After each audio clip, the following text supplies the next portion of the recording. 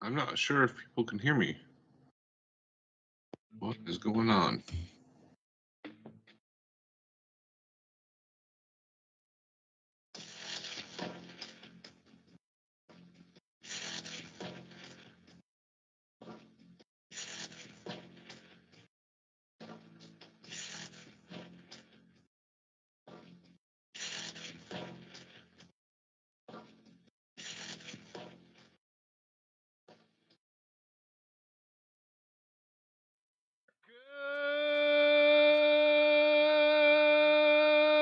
Good morning, TFR. Good morning. Good morning. Good morning. Good morning. Ladies and gentlemen, Alex Jones here. You're listening to Iron Realm Media. I listen all the time, and it's the best truth show out there. Forget about the mainstream lying. Get your weekly dose of iron. Realm, that is. Stay woke, folks. Hi, this is Alan. I like Ironworx because it's where everybody knows your name, and they're always glad you came. I love Ironworx with Josh, Walt and Zack. It's like sitting in your front room having a cosy chat with your best friends. Hi, it's Diva here, and I just want you to know that Ironworx with Josh, Walt and Zack, it's definitely my favourite dose of reality. Come join the family and keep it flat. Why sleep in when you could get your dose of iron in the morning? Listen to the Ironworx on TFR. This isn't light and dawn. Roses are red, violets are blue. Iron Realm Media is the best on the planet. To this show, I will forever be true. You guys are truly the best, and I love you guys. I'm so thankful to have you in my life. Do you like listening to space letters from Never a Straight Answer? Then tune in to the Ironworx with Zack, Walter, and Josh. Break clear of the fear on the Ironworx and become an Iron Scout. There is no scientific model of the earth. There is no scientific model of the earth. And a happy Tuesday, everybody. Welcome to the Ironworx right here on Truth Frequency Radio, TFRlive.com. It is just another Tuesday morning. Morning, fellas. How you doing? Good here. Trying to find the mute button. Sorry. Was Shit. opening things and cat jumped up and lost the mute button. But I'm here. How are you, good sirs? I'm doing reasonably well. Getting shit accomplished last night, which was unusual. Came home from work and cut some grass and went and washed the car just in time to come home and go to bed and wake up and do this fabulous show with you fabulous people. It's fabulous. Fabulous. Now, I know Zack's here somewhere. I've heard him. As have I. There might even be another gentleman floating around here, as I heard him. There is. But I'm here, definitely. Apparently, you and me are the only Best ones just us. acknowledging that show has actually started. But hey, you do what you can. You do what you can. Oh, man. You've been pretty high energy, too, though. You woke up early and were just Oh, jamming. I don't know about the high energy anymore. It was high at 1:30. Oh, man. Might have to turn that YouTube What's off there. going Andrew. on? Oh, I don't know about the high energy anymore. It was high at 1:30. Yep, that's you, Andrew. You'll have to mute your YouTube. I have to turn that YouTube What's there. going on? That'll do. I remember my first beer.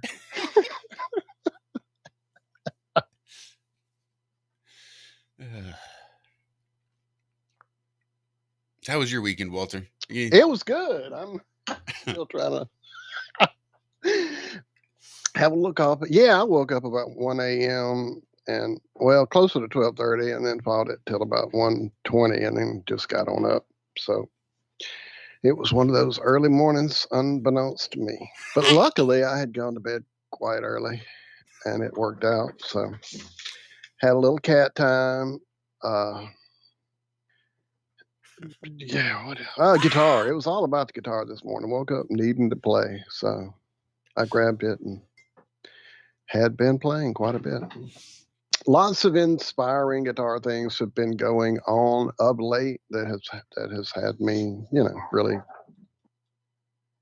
pushing. What was that noise?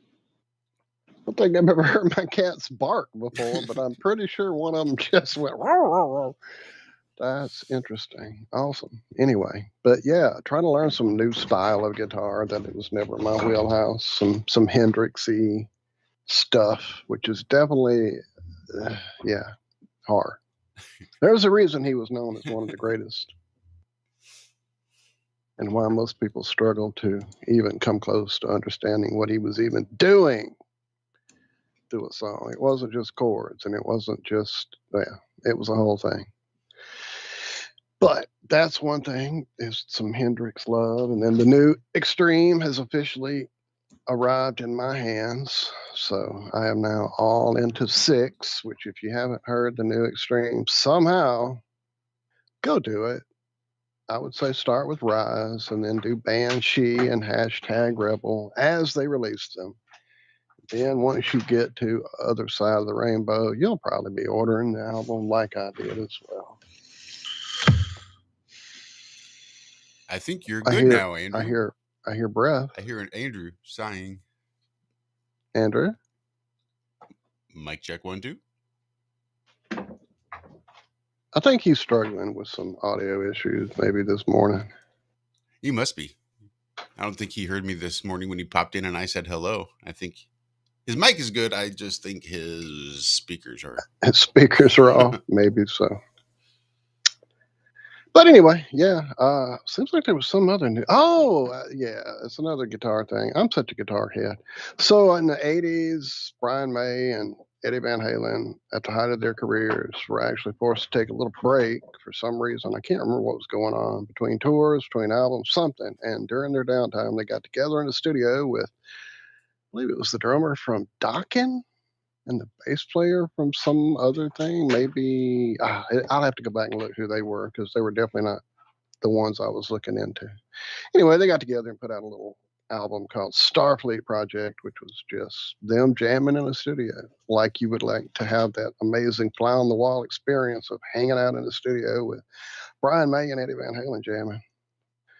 Well, they're releasing a box set that's going to have everything, not just the songs that were released, but literally fly on the wall, every little take, every little. They're releasing a box set. Wow. So yeah, that's not going to work out, Andrew. That's not going to work. Sorry, I'm going to have to mute that up. Yeah, you definitely need to. Yeah, you're going to have to hop out, hop back in. I don't know. Something's going on with you though, Andrew, with your audio, and it's definitely not helping.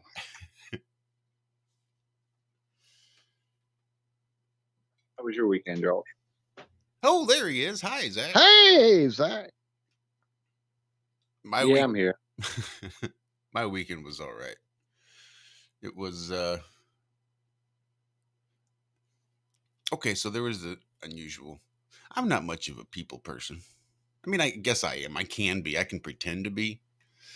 And when push comes to shove, I guess I like people well enough.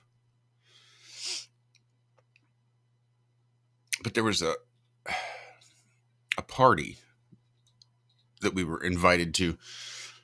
And of course, we're usually likely to inclined to be very non-committal right up until the last minute, until we know whether or not we actually feel like going. And then it's kind of either yay or nay type of situation. But we decided to go ahead and just commit and go.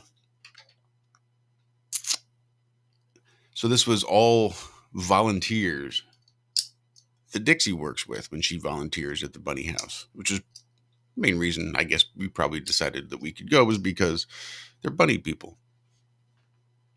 And like I said, I don't people very well, so when I people, I might as well people with bunny people. That way I can at least bunny a little too.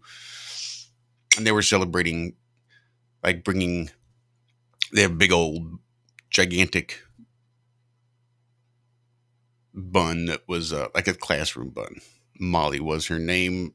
She was having some eye issues, and now Molly was staying at the house of one of the volunteers, and they just had a little party to sort of welcome Molly, get Molly used to being in the house and being around people, and just an excuse for, like Dixie said, an excuse for introverts to get together.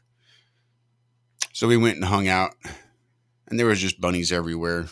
They had quite the collection of lop-eared bunnies, which are the ears that don't stick up. They just fall down around the sides of their face.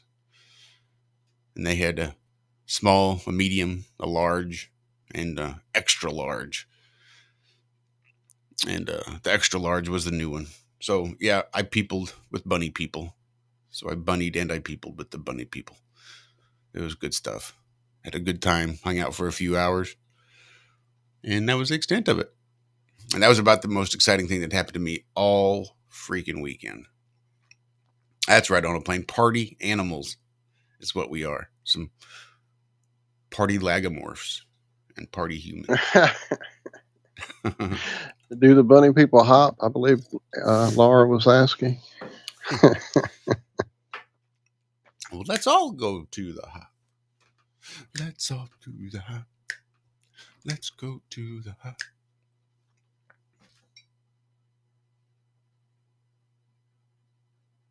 Yeah, right. You, Walter, how your weekend went? Yeah, it was good. Good weekend. We actually did a little unusual thing for us. We took off Saturday early and headed to New Orleans with the intent of going to some type of oddities event. And I was really kind of uninformed about the event. I was under the impression it was a permanent place in New Orleans, as there used to be a Ripley's, believe it or not, museum located there. And we made a couple of trips with the intention of going to it, and either it was, I don't remember the first two times why we wound up not going, probably got sidetracked with the the aquarium or something else New Orleansy, and just never had the time to go. So, and then the storms hit and pretty much wiped out a lot of those types of things that never came back. So when I heard that's what we were going to do, I just assumed it was something that they had done, but it was a traveling, like, convention type thing that had apparently made a few stops prior to getting here, and we're going to make a few more. Looking for the name. I'll let you guys know when I can find it. We did a few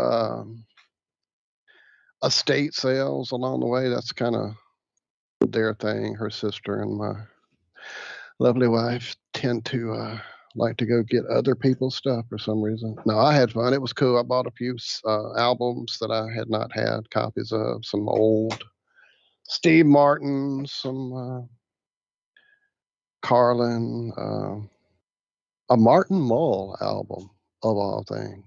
So yeah, just had some fun. Saw some weird oddity type thing. Mostly it was a lot of people doing art that was, with a darker vein to it. There was a lot of bad energy in that building. So us all being as sensitive as we were, it definitely affected us a lot. There were some exhibits that were definitely bad intent, there's no doubt. And then there were some that were trying to be good intent in the midst of all that, and we're a little drowned out. So we didn't stay the whole time we had planned on staying there. There was a bit of an overdue of taxidermy type stuff, which was never my thing. In fact, there was actually apparently a class you could take while the event was there, and you could attend and learn taxidermy.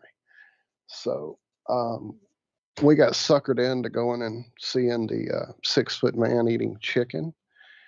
And so in that exhibit, to get to that, was that really exciting?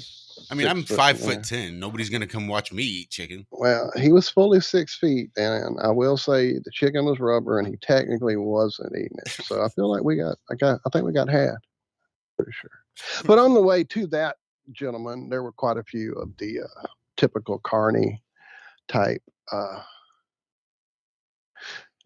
two-headed this and 5-legged that, and just very unfun and disturbing if you're not into that type of thing and not expecting it at all. Sir? They have the monkey mermaid. They had the monkey mermaids. They had the fake mermaid made out of snake skin. They had the alien, the real live alien that apparently hit so hard when he landed, his whole back was just flattened out. It was pretty sad.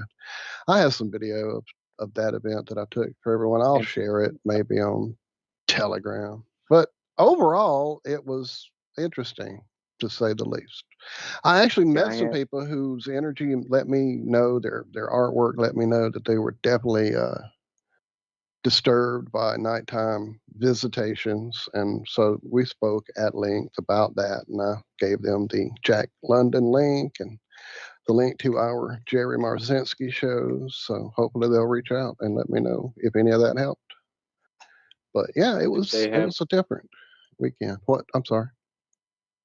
Did they have the 2-story Lego carousel? They did not have that. I think I went to one down near St. Augustine, and that was like part of it. They had the tallest carousel ever made by Legos or something like that. Yeah, no, this was strictly aimed at the gothy, dark, carny type vibe. That was the overall thing here, not a fun family Lego-y thing. They had a guy doing the, sticking things through his nostrils, balloons and nails and whatnot, sword swallowing and all that on the stage in the back. Another lady did a few different. We could see what she was about maybe from the distance, but we never made it over there to actually watch some kind of contortion-y type thing. So something with more, ping-pong like balls. I said, the carny atmosphere. Yeah. Yeah, we didn't have people that were there. We must have went on a weekday or something when it wasn't like like the main show going on. We just went and walked through the building. It wasn't any of the I don't like saying freak show, but you know what I mean.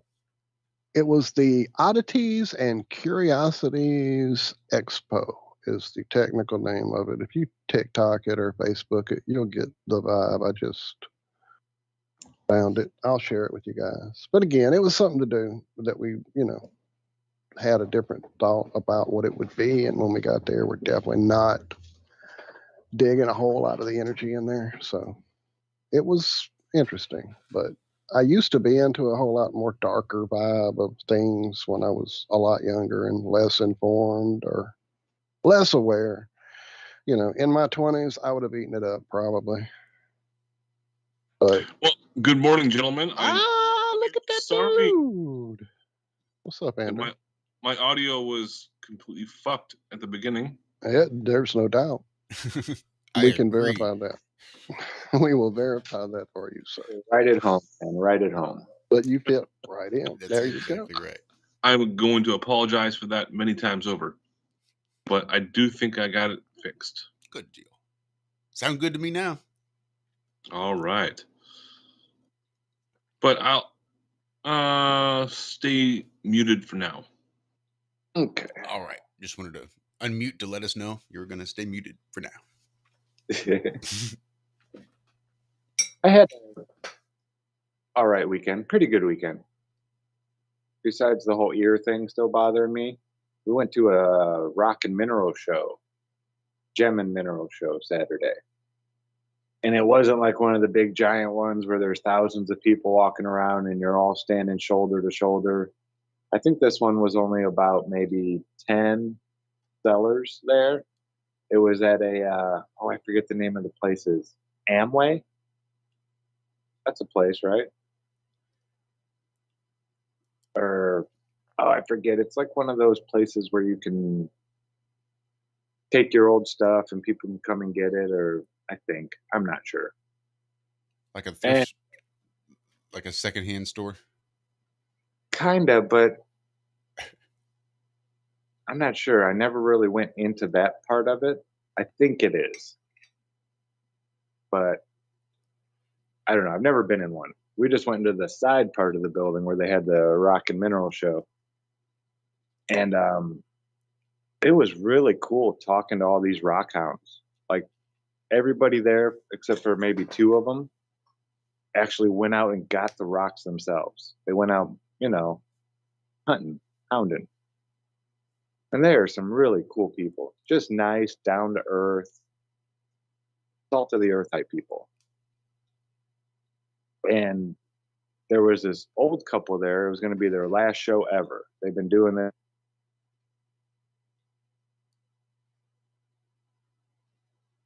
I believe we've lost you, Zach. You dropped a little bit.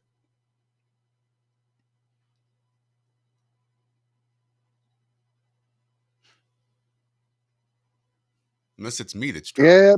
Okay. No, it's not you. I was kind of giving him a second to get back in it, but apparently it's just going to be one of those mornings. My goodness. And then I shared the wrong thing. Apparently what I shared was actually the link to the New Orleans event, which is now over, and you really can't get any info there. But if you go leaking around for that oddities and whatever curiosity, you'll find it and see what it's all about. Just don't tell anybody about the 6 foot man chicken thing, because this is supposed to be a secret. Shh.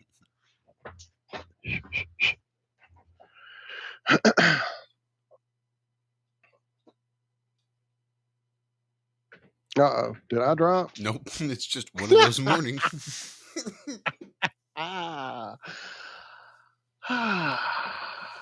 So all weekend long, people kept mentioning and asking me, had I seen the aliens in Vegas? And I'm like, yeah, when I went through there, I saw a few. And they're like, no, this weekend they landed. I'm like, I get you.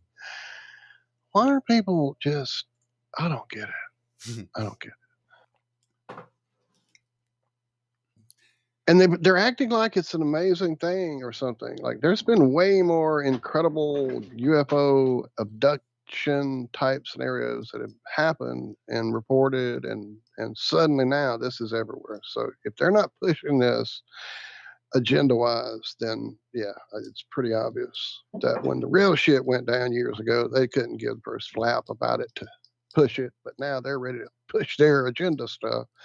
So yeah, we're going to see about this less than even impressive story that happened in Vegas over and over. And every time I turn on my TV and every time I look at my phone, there's another story about it from another source letting me know for sure there were 15, 18, there had to be at least 100-foot tall aliens running around Vegas, just loose. People had video and got all them that. at the And yet craps when you went and table. looked to it, it wasn't none of that. Sorry. What? Said they were spotted at the craps table. 3 of them were all around one of those one-armed bandits. I mean, they were tearing up Vegas. It was nuts. Wayne Newton, arm in arm with the aliens. I mean, they were having the time of their lives. If you're going to come to Earth and hit Vegas, you want to hit all the hot spots in Vegas. I hear his Alfredo sauce is pretty amazing. I'm not sure to what that is referring, but I think I might have to put a not safe for children. Is that? I've seen messages suddenly. What are these? Oh, okay. So apparently, I'm sorry. Go Zach. Was there just one cell phone in the house or one phone at all, and nobody decided to snap a picture or take some video of this, once in a lifetime thing that happens? I know if it actually would happen, something landed in your backyard, you'd probably freak out. But he sounded kind of calm on his 911 call. You would think that as soon as he hung up the phone, he would have taken a picture maybe. I could see calling 911 first before taking a picture. But this would be like $1 billion picture. So I just don't buy it. There's no way. You know how many ring cams there are, and there's so many cameras out there all the time, pointing in every direction just about. Now, I did see the one thing on the cops' video cam. I was going to say everywhere except on the police officers who reported it. There was some kind of light, purple light. I don't know. Yeah, it's like a bluish purplish light it looked like it was rather wide. It didn't look like a shooting star. It looked like a cop light reflecting off of something as it drove by. Is that basically what it symbol? Definitely came from the sky. My bad. Okay. And I think it was caught on one other like door cam or something like that. But if there's 8-10 foot beings walking around, yeah, you would think so. You would think so. And most people are walking around with a camera in their hand at the ready, not just in their nearby, like, oh, let me reach for this, turn it on. No, it's in their hand, shoved in their face, actively on. It takes a couple of button pushes to get over to that camera. But we missed. Speaking of button pushes. Button pushes. Sorry to rock food. Nope. You know what? I have told myself 5 times to get to Rockbend to check and see if you've got it on yet, and I got sidetracked with the oddities search, and then I've got Travis's fundraiser link. Now I'm completely not going over there. So I have dropped Travis's fundraiser. He is trying to give a P1000 a new home and a new name, and that's awesome. The arsenal grows. If you guys can help Travis out, I'll have it also over there at the Rock Band when I get it open. Sorry, Rock Band. Yeah, Trav is one of those guys that is still out there doing it, like, all the time. I can't give enough props for him. I can't do stuff like that. I have to jump around and try new things all the time. But yeah, I really give mad props to people who go out there and collect data like he does all the time. Takes a special kind of person to do stuff like that. That's dedication right there.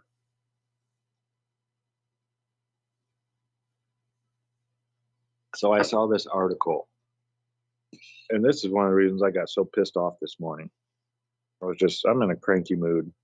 When your body's not functioning. Oh, excuse me. I heard the crankiness, and it's very unusual for you. What are y'all tearing up? Many people are dealing in affirmations. The best thing to affirm is the truth. Wow. That's what you put up on the refrigerator. It's the truth that sets you free. And when you're shaving in the morning, gentlemen, if you're broke, you just put that up there. I'm broke. Nothing better to set you free than the awesome facts, the truth. So deal in truth.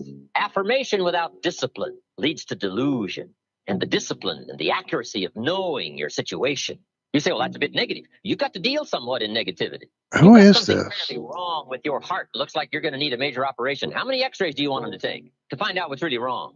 Somebody says, oh, just take one and see if we catch it. You say, no, not my heart. How many x-rays do you want them to take? It's kind of a negative subject, taking x-rays. How many?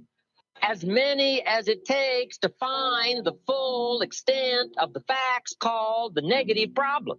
So best to state the truth. Now we can deal with truth. Now we can deal with the problem if we accurately state it. The reviews for Extendivite are amazing. Here are some from Amazon. By Christine, great for heart palpitations. By Ann, before I started using this product, every afternoon, my ankles and my hands would be swollen. That doesn't happen anymore. So if that part of their advertising is true, I have to assume that the rest of it is also. Not to mention that when I had my yearly blood test, only a few weeks after beginning to use this product, my cholesterol had dropped over 30 points. I'm going to continue to take it.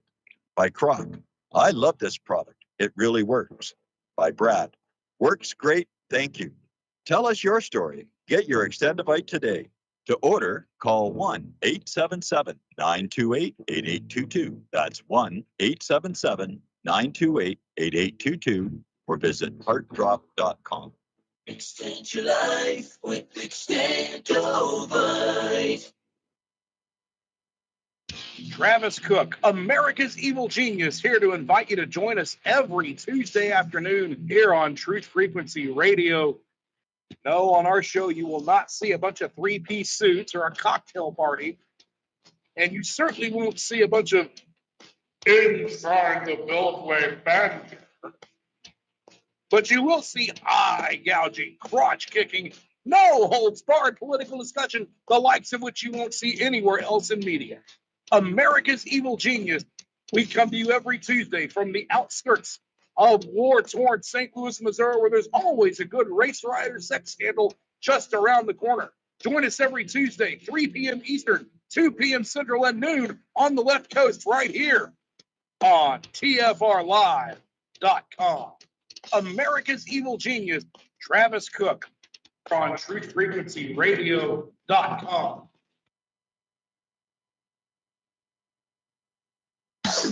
No hate, No hype, no fear. We are TFR, your protection from deception.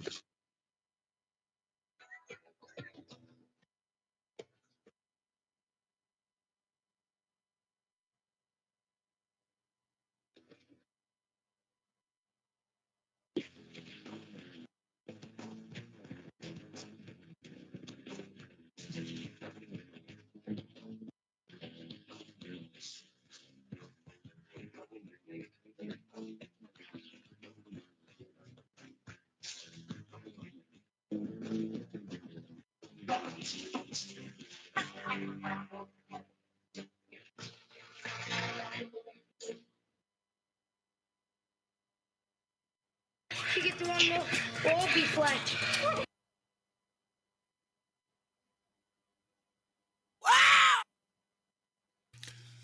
Yeah, we'll just call that a welcome back. Weird energies this morning. I don't know. I'm just not necessarily that the energies are weird. They're out of sync. Is what it feels like. Yeah, that's one word for it. I know, like I said, me waking up at 1 or whatever, way too early, threw me completely off. And then we get in here and everybody's off. So at least I don't feel so bad. I am currently trying to put up a video in the IRM chat over there on Telegram. If you're not in, get in. It's over here in our, well, I say that. It usually is on our show description. It is currently. So you can go click there if you're not on our Telegram hangout area. I was always, the first two places I will go in an estate is if I see an instrument in a room, I head there to see what else might be there, if there's a piano or a guitar or whatever in there. And the second thing, of course, would be the books. And so always on the lookout for older types of things. I found a version from 1948 of the Encyclopedia Americana. It was 30 volumes. They had 3. I picked the one that had the least cover damage to pick it up because upon opening literally the front flap, hello, I'll show you. Hang on. Because, you know, being on the radio, there's nothing better than to see things. I love visuals on the radio. I know, right? Okay, how do you share with this thing? There it is. Start chatting. All right, so there's the cover, Encyclopedia Americana. No symbology there. What's this, you say? The Earth? The world of the present? In 1948, this is the present world? Well, what's going on there? That doesn't look like a ball or a globe. It looks like a North Polar azimuthal equidistant projection to me. That's good shit. Yeah, that was worth the $1.50 I think I paid for the book. Yeah, I would have gotten all 3, but you know, I figured you can only look at that map so many times. I kind of flipped through them all to see, and they had some interesting illustrations, as you see there. If I find anything else interesting in it, I will definitely keep you guys posted. I think when I first flip it open here, it just goes instantly to some mud flood building. Yep. There you go. Coincidence? I'm sure. All right. That's all you get to see. Just coming across little gems like that and getting great deals. At the gem and mineral show I was telling you about before my phone crapped out, we met this old couple there that they've been doing it for decades. This was going to be their last show ever. So all their prices on everything were like less than half off. Oh, geez. And Cammie found this Herkimer diamond that was, I mean, it's a real big diamond, but it's not near perfect at all. So if you don't know, it's like less than 1% of the diamonds found are gem quality. People find big diamonds all the time, all over the place, and most of them are used for making cutting tools. They crush them up and turn them into blades and stuff like that. This one, it's not near perfect, but it's a nice size one, and it was calling to her. She wanted it, and then she walked away. And they only wanted $35. for this giant Herkimer diamond. And I gave him 50. I felt bad. And then I didn't give it to Cammie until we got home. And she was, oh my God, taking pictures, sending them to Karen and all that stuff. And then she's like, oh, I hope you paid more than 35. I was like, yeah, I gave him a 50. Okay. But yeah, I mean, you can find deals pretty much everywhere like that. You just take the time to look. I saw Libyan desert glass. I held Libyan desert glass. Nice. It was $5 a gram. All right, so I've only been to one gem and mineral like convention or fair, whatever you want to call it, and they had meteorites there, and they were charging a fuckload of money for those. Did you guys ever see those? There was a guy there that said he had stuff that was like the same as the moon stuff. And he was telling Karen about life on Mars and how they're going to be doing this and that. And yeah, we didn't talk to him too much. We didn't wanna, you know, he seemed so happy. We didn't want to ruin his weekend. But yeah, crazy money for stuff like that from outer space. Yeah, you got to be careful though, because a lot of those people go hunting minerals and they find out it's super magnetized and it looks like it's all melted and this and that. Especially out there in California, there were a lot of mines out there. A lot of mines where they had, you know, the smelting done right there at the mine. And when you smelt, you get this stuff called slag. It's like the goopity gop on top. And it's not really used, you know, it's like the leftovers. And there's slag pits and stuff like that. So you really have to be careful to check if there's old mines in the area or stuff like that. People will think just because it's magnetized or melted looking that it automatically has to be some type of meteorite, and that's not actually the case. A lot of these are just old mines that had slag pits around and people are finding slag.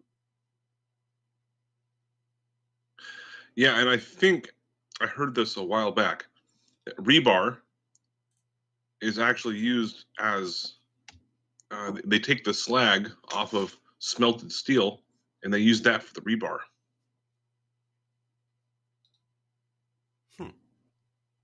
Sure. I know if you hit a rebar with a hammer real hard, you can magnetize it just by striking it. All right, well, I've got a really, really controversial issue to bring up. And a lot of people are going to have a lot of different opinions on this, okay? And I got into a really big debate with my buddy today about this. We can wait until later on if you want. I like mine grilled, not fried. You know, it actually has to do with grilled, fried kind of thing. What is the proper way you were supposed to actually build a hamburger? The burger. Well, it's kind of weird. You can skip over that and tell me to shut the fuck up. I can tell you the best way I've discovered personally by years of grilling and my brother, you know, really taking it to an extreme there in Oregon. And the way we like to do it is you go and you get them to as close to a straight line of the ground up beef as you can. You don't want it to be packed tight into a thing and then shrink wrap tight. You want to keep those meat worms as long as you can and then cut them all long and flatten it out, salt and pepper it and grill it. Leave a little pink in the middle, and I guarantee you it's the best burger you ever had. Oh, you have to put this, you have to put that. You don't have to do any of that. Salt and pepper, and don't over manipulate that meat. That's exactly Cut right. it, mash it, and go. That's going to be the biggest trick that I think most people find when they're making hamburgers is the less packing, the less molding and kneading of that burger, that ground beef you get. Though, if you can just keep it loose but form. Yep, but formed. Yep. I'll Like I take said, those meat worms are your secret. Yeah, I'll take. How do you layer it? Layer it. What do you mean? Well, Like that's just lasagna. Is the bun on the bottom and all the other toppings on top, or do you do it in between? Oh no, it's a dry bun on the bottom. Then you put your meat. Then you put your cheese. Then you put your onion. Then you put your bacon. Then you put all that other crap.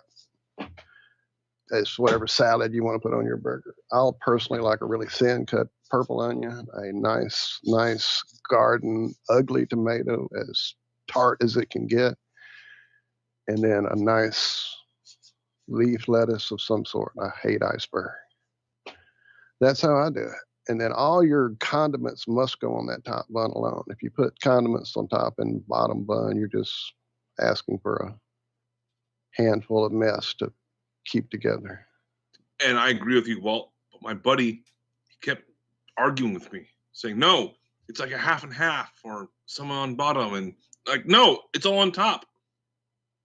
So we got I grew up with that. My mom and everybody always did like the mustard on the bottom and then blah, blah, blah, blah, blah, and then the mayonnaise on the top. And I would always have to keep that hamburger inside that gooey bun conglomeration. It was years like after I was grown that I started thinking about the fact that every time I got a burger from a place, they would put it on a dry bun and then build on top of that, and it stayed together. So I started making mine that way, and it worked out very nicely. Zack was then. All I need is pickles and ketchup. Give me pickles. I love pickles. I just read. Oh, I'm sorry. Go ahead. It's a very odd question to ask in the middle of like a flat Earth. That's fine. I'm all about kind of a question, but I got into an argument. Oh, God, I got pissed off. Isn't that like getting pissed off and arguing over what the best color is? I suppose. I mean, I'm not 5, so favorite color, but we've both favorite worked burger. at That's important. So the way I understand it is, it's just a matter of taking chopped up pieces of beef and putting them together into one wad and cooking that wad o' bits o' beef. That's all you need. That's a hamburger. That's from Germany, as I recall. A little place called, guess what? Hamburg. Einen Hamburgeren. So this is the hamburger. I think that's all it is. There was a guy, the Earl of Sandwich, I think, started putting meat in between 2 pieces of bread to make it easier to eat. Hence a sandwich. And you believe that? Why? Because you read it in a book. I don't even think I read that shit in a book. That's just like, Right. John Titslinger made the bra and Joe Crapper made the toilet. I don't believe any of that. Joe Crapper. We're going to call it the crapper. He's like, no, you're doing it wrong. You're supposed to sit around backwards like this so you have a little tray for your cookies and milk. And I will say this. The best way to make the absolute best burger for yourself is to make it yourself. Like, get the ground beef, put your own spices, your own onion, garlic, whatever you want to put in it. Make it yourself.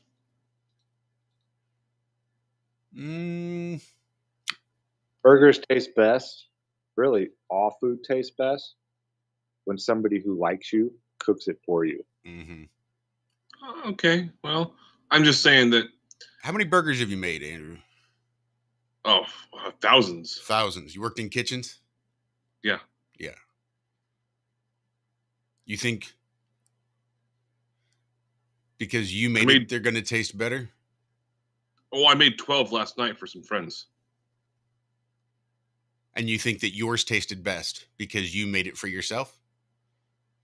Well, because everybody liked it the most. And the argument was, how do you stack the burger? But how wouldn't they like theirs better if they had made it themselves?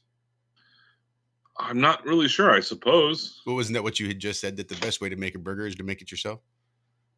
That's the best. I think you meant grind the meat yourself. How to season it, how to mix it up, that kind of thing. Is that what you meant? Like ground the meat, season it, all that yourself? Yeah. Powder. I'm not trying to get into a cooking conversation by any means at all. Oh, no, you've already started one. So you started the conversation with the best way to make a hamburger. No? Anybody? Oh, smash burgers are the best, dude. That's So yeah, I grew up. There's a place down the road that like that was his deal. He would make the most perfect edges would be caramelized and lacy and crispy, and the middle would be perfectly done, and the cheese would just be gooing out. It was amazing. You couldn't get him anywhere, and he passed on, and the place closed, and it's very sad. there's a place in Northern Indiana. There's 5 of them in Northwest Indiana, and they're called Shoops. They're those Nice. old-looking 50s places where they have Right? the at every table where you put a quarter in to play your song. Right? Sell Hell green yeah. pepper, all the old stuff. They got like Elvis and Marilyn Monroe stuff and James Dean all over the walls. My 2 of the young men I went to school with when we were children, Jared and Matthew Sonicson, their father and 4 brothers started this chain. I think back in the early 80s, late 70s, something like that, and it's still going today. I think they sold the family business out to another family, but it's still family owned. But that was one of the stipulations is you have to make hamburgers this way, where they put the little ball of ground beef down and they And then smash mush it down. Right up. thing. Yeah. Oh man, I will never forget Shoop's hamburgers. Well, apparently the secret that I found out last night reading the story is you do the smash, and before you flip that top side over to finish it all up, that uncooked side, right before you're about to flip it, you put a teaspoon or 2 of mustard on it. And when you flip it over, that caramelizes onto the meat, and that's supposed to be the deal. I will be trying that next time. I haven't done it yet. Just found out about it literally last night, which is kind of crazy that you're talking about this, Andrew, because I was reading about making a new type of burger last night. So I will be experimenting with something new. And I just made burgers the other night, and I I did about 3 nights ago, 4 nights ago. And again, something like the that. minimal manipulation of that beef. Mhm. You could just salt and pepper right on top. You don't even have to work it in or anything. Just take that stack of stringed beef and set it on some wax paper. And I like to put a plate and just smash it down flat with the bottom of a plate. That way it gets a nice round form and nice and thin. Because as soon as you put that on that heat, that meat's going to start to plump up. All that moisture and stuff is going to start to come out of the meat, and it's going to plump up and shrink up, and it's going to start to get fat. That's why a lot of people that when they make homemade hamburgers come out as like great big balls of meat, because they don't make them thin enough and flat enough when they start. So they make them short and fat and thick, thinking this is what I want my burger to look like. And then they cook it and it shrinks and it's a big ball they have to try to balance on a bun. So that's the trick. Thin, pressed out with a plate. Burger, that's what that's called. But no. And Iron Realm Media has suddenly turned into a cooking channel.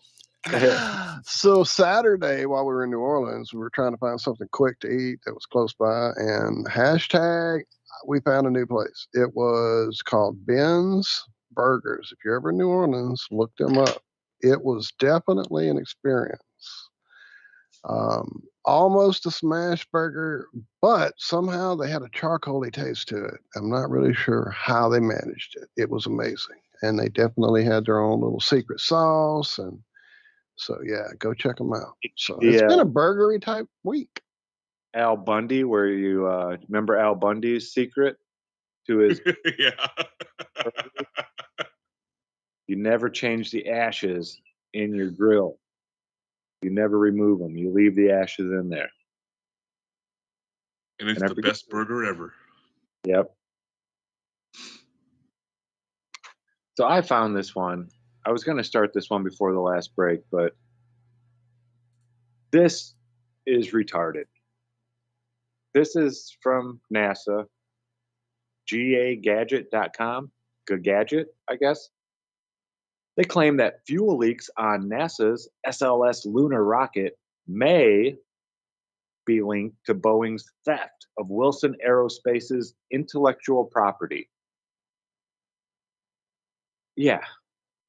Boeing has been accused of stealing intellectual property. Moreover, problems with the Space Launch System rocket could be linked to this. Could be.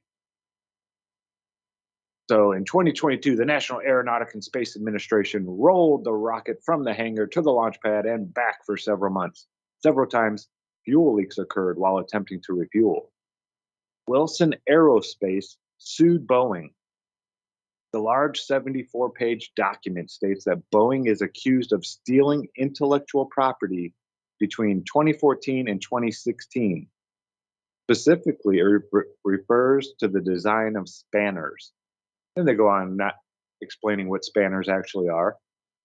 So the plaintiff claims that Boeing's experts obtained all documentation on the tools.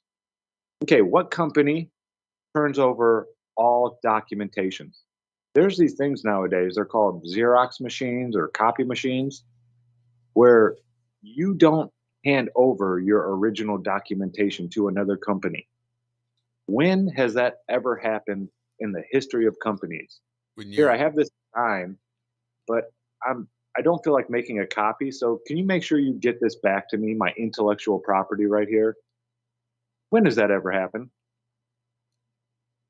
So they obtained all the documentation on the tools, after which they decided to sever the relationship because Boeing was unable to recreate the keys exactly from the stolen documents. This led to defects in the SLS rocket and potentially provoked more serious consequences.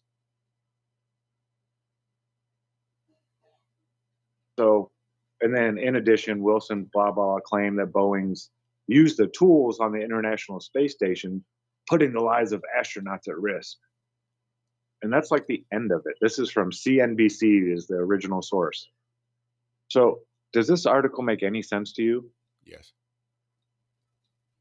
Please explain it. How do you steal someone's intellectual property and then they don't have it anymore?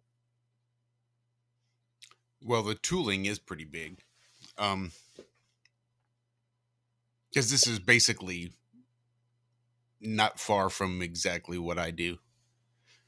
I mean, you have schematics, right? That you can go back and look and make sure. Yes. Probably more than one set of schematics for the same thing. So in case I work for a family business, and the grandfather was from Germany and started this company in the 60s in St. Louis. And they've been doing the same thing ever since. Basically, they've been adding on and continually growing and doing more things. But like the military instruments have been their primary go-to from the inception. So a lot of the things that we build are proprietary.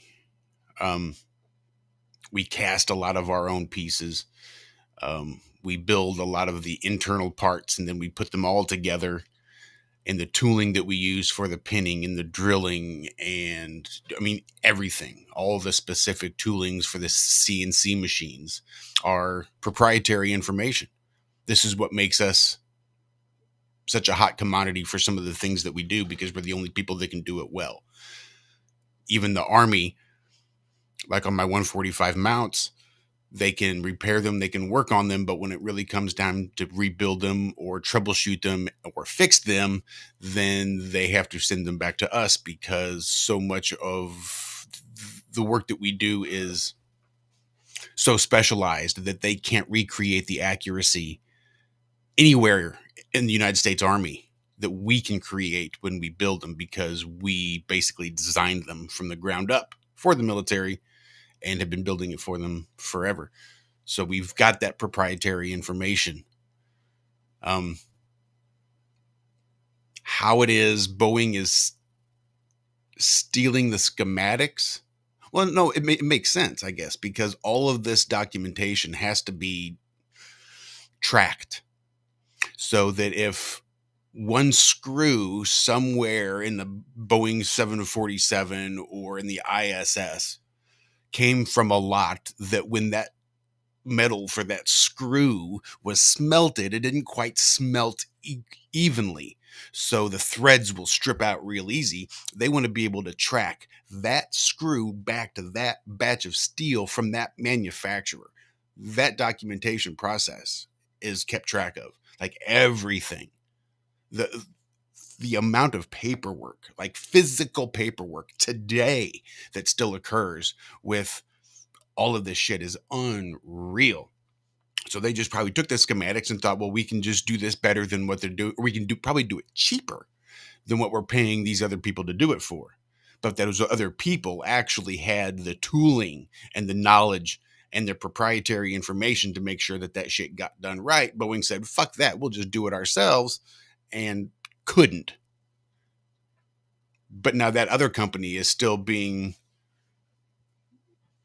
I guess, held up as being the people that make these parts for Boeing, and Boeing's fucking them over because their parts are shit. But I can see how that could be proprietary information just by taking the schematics and saying, well, fuck it, we can do that. We can take, maybe it was patented, maybe it wasn't, but if the tooling that they have for it is, I don't know. It's just shady business practices is all it is. Just Boeing doing what China does for everything else.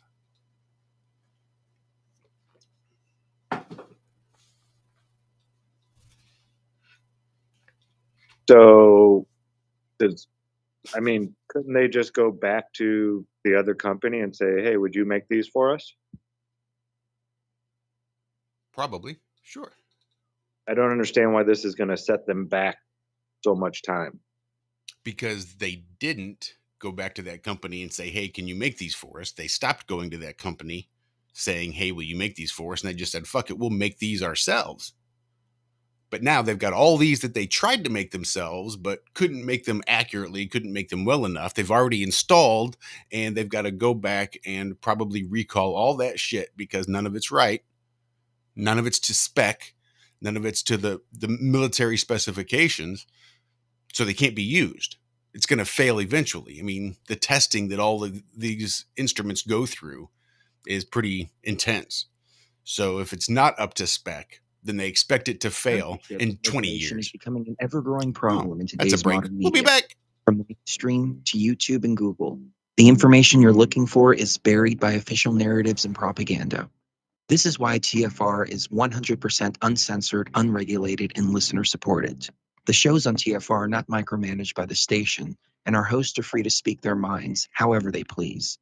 As such, the views and opinions expressed on our station are of those who make them. If you happen to hear anything offensive on TFR, please send us an email to toughtitty@tfrlive.com, and we'll be happy to tell you that we really don't give a damn. We stand for freedom of speech and non-censorship. If you also stand for free speech, you can go to tfrlive.com/signup and sign up for a TFR supporter pass and help us in our mission to keep the airwaves uncensored and unregulated.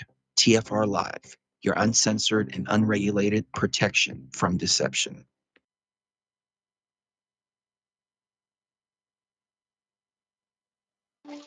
Mr. President, you've been the big guy for 6 months now in the White House. Can you take us behind the scenes, something that was extraordinary or unusual that happened that stands out to you? Here's the deal. I want to say, I like to walk out and the room is going. Come on. I like to walk out and the room is going. You think I'm joking? I'm not. You know what I mean? I like to walk out and the room is going. What do you think, huh? I like to walk out and the room is going. If your kid wanted to find out whether or not there's a man on the moon or, something, whether those aliens are here or not, and you can walk out and say, I just don't like the way that guy wears his tie. It's like telling your kids, I tell you what, you're 4 years old when you see him red light across the street. I grew up in a neighborhood where you became a cop, a firefighter, or a priest. I wasn't qualified for any one of them. So here I am. By the way, one of the things I've gotten able to get done, let me finish the question. The answer. I want to say, I like to walk out and the room is going. Come on. I like to walk out and the room is going. You think I'm joking? I'm not. You know what I mean? I like to walk out and the room is going. What do you think, huh? I like to walk out and the room is going. I mean, QAnon. The idea, the Democrats, the Biden is hiding people and sucking the blood of children. And I don't care if you think I'm Satan or reincarnated. The fact is, you may not like me, and that's your right. I'm sitting across from Putin. He knows who I am, Joe Biden. What's that all about? You're the big man. I think I know who he is. But again, one last thing. We don't talk enough to you about this, I don't think. Here's the deal. I want to say, I like to walk out and the room is going. Come on. I like to walk out and the room is going. You think I'm joking? I'm not. You know what I mean? I like to walk out and the room is going. What do you think, huh? I like to walk out and the room is going. You are now tuned into the truth frequency. We are TFR. TFR. Truth Frequency Radio.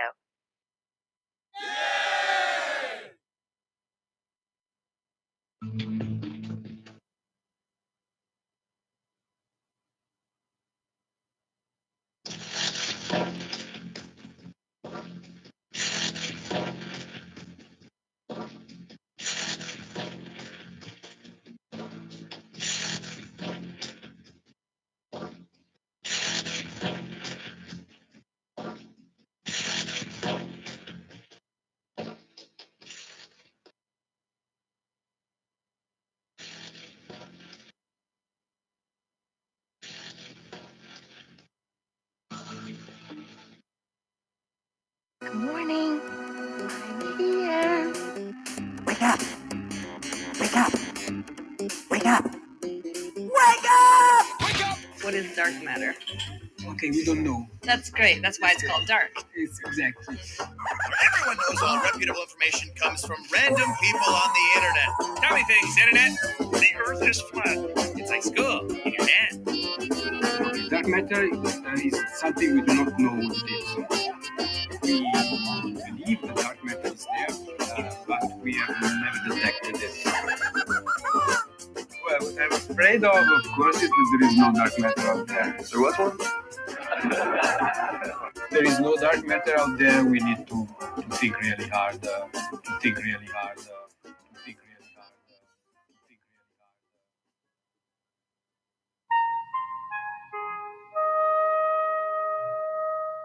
Hi, this is Alan. I like Ironworx because it's where everybody knows your name, and they're always glad you came. I love Ironworx with Josh, Walt and Zack. It's like sitting in your front room having a cosy chat with your best friends. Hi, it's Diva here, and I just want you to know that Ironworx with Josh, Walt and Zack, it's definitely my favourite dose of reality. Come join the family and keep it flat. Why sleep in when you could get your dose of iron in the morning? Listen to the Ironworx on TFR. This is Enlightened Dawn. Roses are red, violets are blue. Iron Realm Media is the best on the plane. To the show, I will forever be true. You guys are truly the best, and I love you guys. I'm so thankful to have you in my life. Do you like listening to space letters from Never a Straight Answer? Then tune in to the Ironworx with Zack, Walter, and Josh. Break clear of the fear on the Ironworx and become an Iron Scout.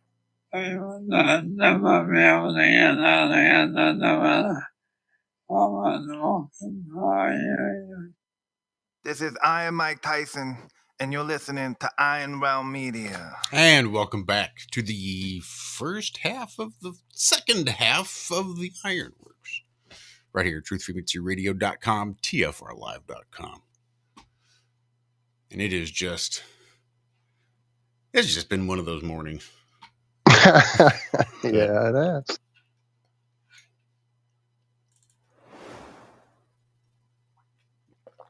I just found this article, and like this was my brother went to a liberal college, took religion as a minor, history as a major, religion as a minor. I know, huge waste.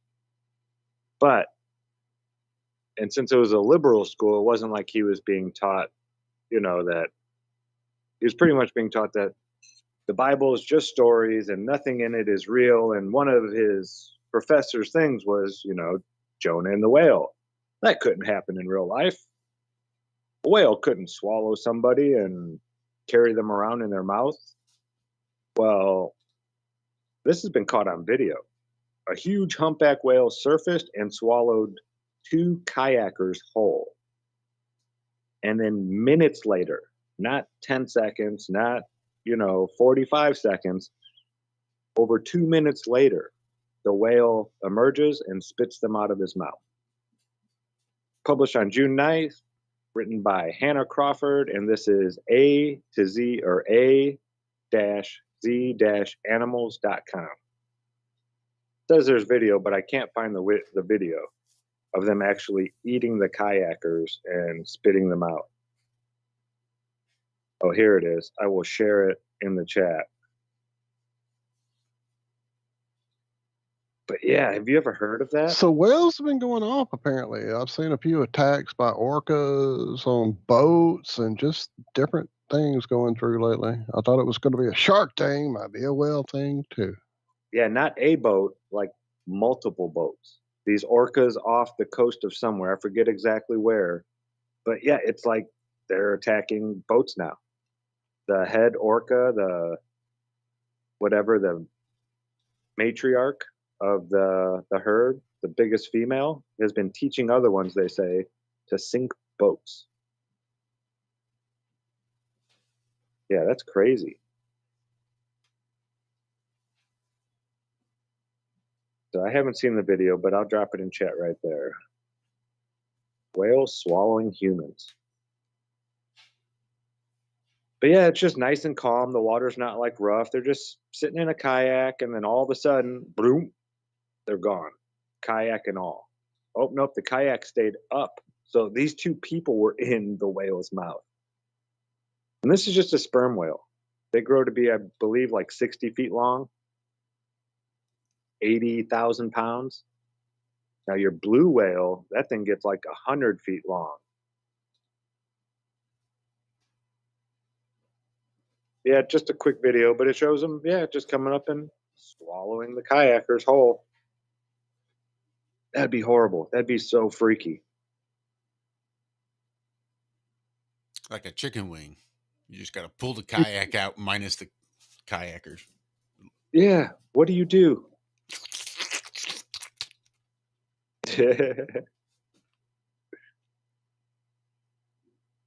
Yeah, and they were just sitting there, not even like moving. It wasn't like it looked like it was, they were just sitting there taking pictures of whales swimming by.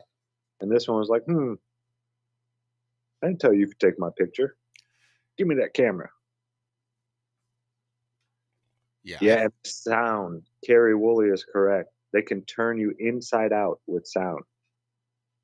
They have these clicks that they make that will just turn your body to liquid pretty much. They can be heard for thousands of miles, supposedly, by other whales. I think it is the loudest. It's either the blue whale or the sperm whale is the loudest noise created by an animal. They are very sensitive to smoke as well. I see Laura walking Axel. Always a good idea to carry matches with you, just in case you do get caught inside of a whale. Well, I know people have been swimming with these giant blue whales and sperm whales now, but they're finding out you can't do it with scuba gear. Like, it drives them away. The noise maybe of the scuba gear, they're not sure why, but they've tried, submersibles, things like that. They've tried the scuba gear. They find that the only way they can swim with them without driving them off is to free dive, which has got to be terrifying. But they have some videos of like divers with no gear on swimming with whales, and all the whales make a circle around them and stand straight up in the water, like with their underbellies facing towards the divers. Like 6, 7 whales all standing straight up in the water in a big circle around these divers. Tell me that's not intelligence trying to communicate in some way. Or them just playing with us, whatever, but they're supposed to be like, I think their brains are, I forget how many pounds. I know their heart is like the size of a VW bus. And their brains are the largest brains of any, animal on the plane.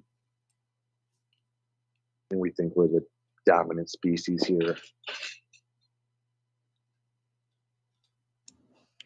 So I have seen many different types of marine animals like sharks and sea lions and things like that washed up on the shore that were dead. But I've never seen a large whale. Yeah. They exploded one back in the late 70s, early 80s. It was so big they weren't quite sure what to do with it, so they filled it full of dynamite and rained rotten whale down upon people for hundreds of feet. Well, that's gotta be horrible. Yeah, it was. You can check that shit out on YouTube. I don't know if I want to watch that or not.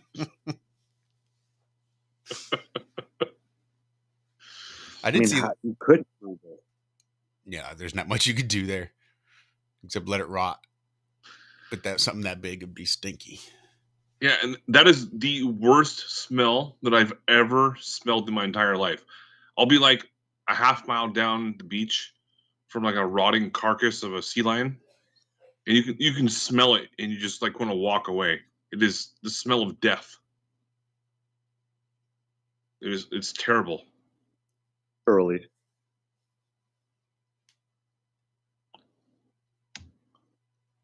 I think we've been joined. You guys want a little bit of space lettuce?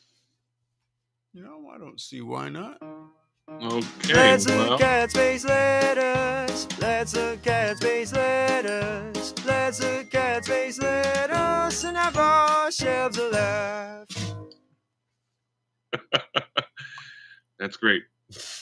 Okay, so this is just a comedy site as far as I'm concerned. Space.com. So, Marvel is a huge, like, Disney incorporated type of movie industry now.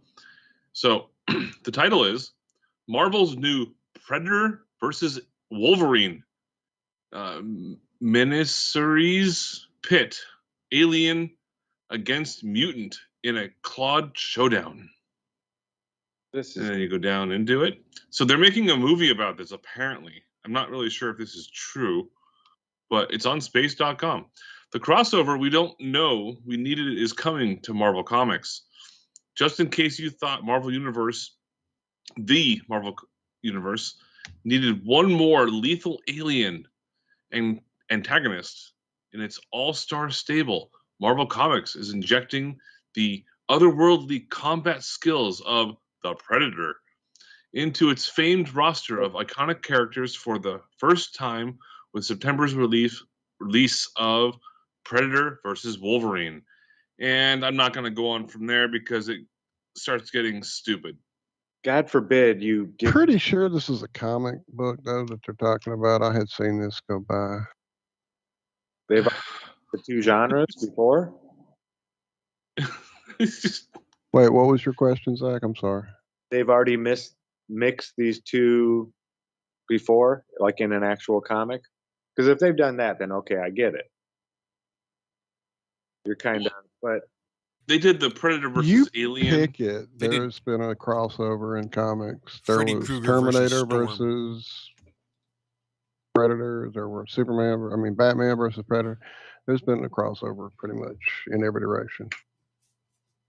I thought they were just getting really, really lazy and were like, man, we need another bad guy. I don't feel like thinking right now. Let's just... Oh, Alien. Yeah, let's pick the Alien. Wait, are you saying that's not lazy? No, that's super lazy. That's like, but if it's already been done once, then you're not, you're just redoing something that someone else did. Yeah, quite lazy. But, intellectually, it's already been done. So you're just kind of copying, which they do all the time, turning comics into movies. But I was thinking this was just a movie idea where, we need another bad guy. We haven't seen the Alien in a while. Let's bring out the Alien from Predator.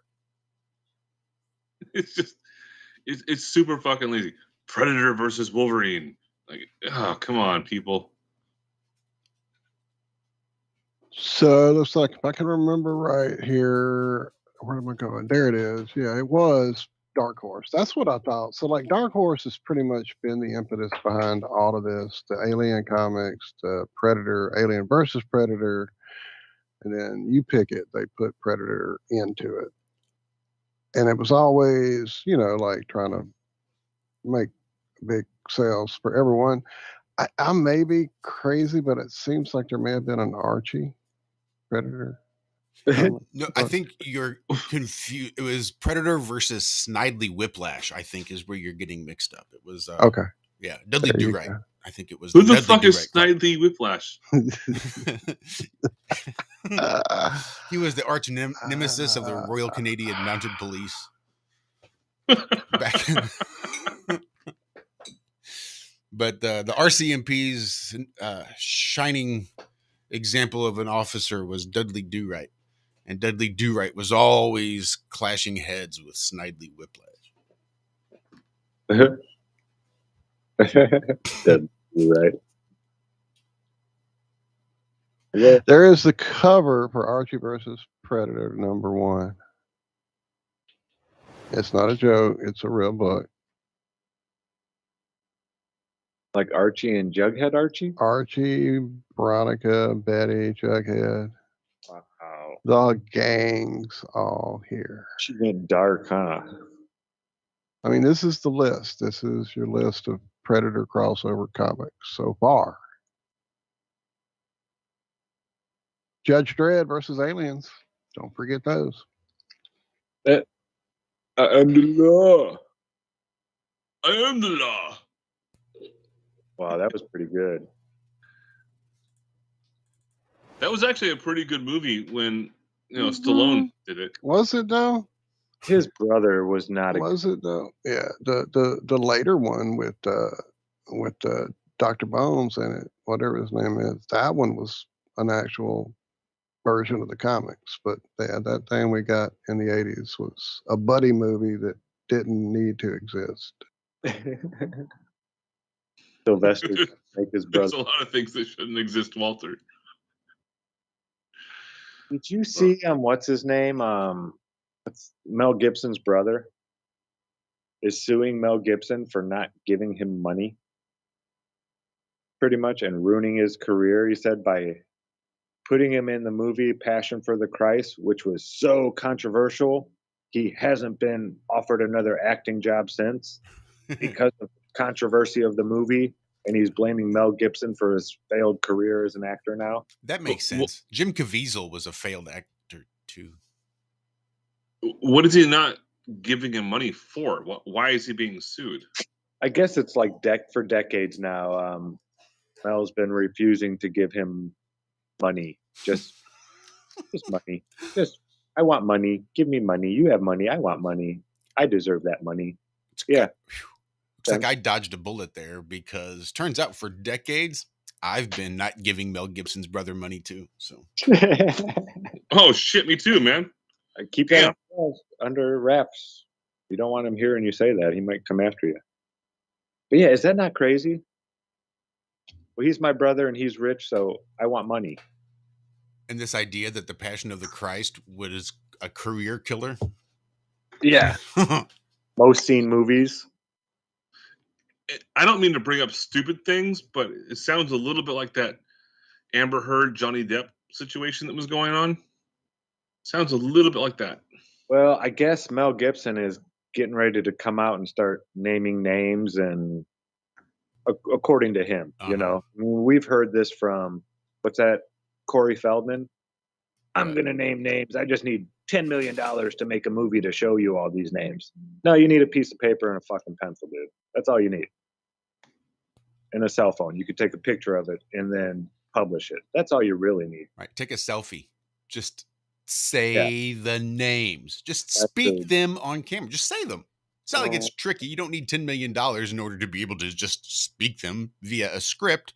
Just say the names. But yeah, Walking Axel, it says Gibson is going after the pedos. Watch him get attacked from every direction. Yeah, anybody who does this, it is not just speaking out against pedophilia in Hollywood. If you try to say anything about Hollywood, look what they did to Randy Quaid and his wife.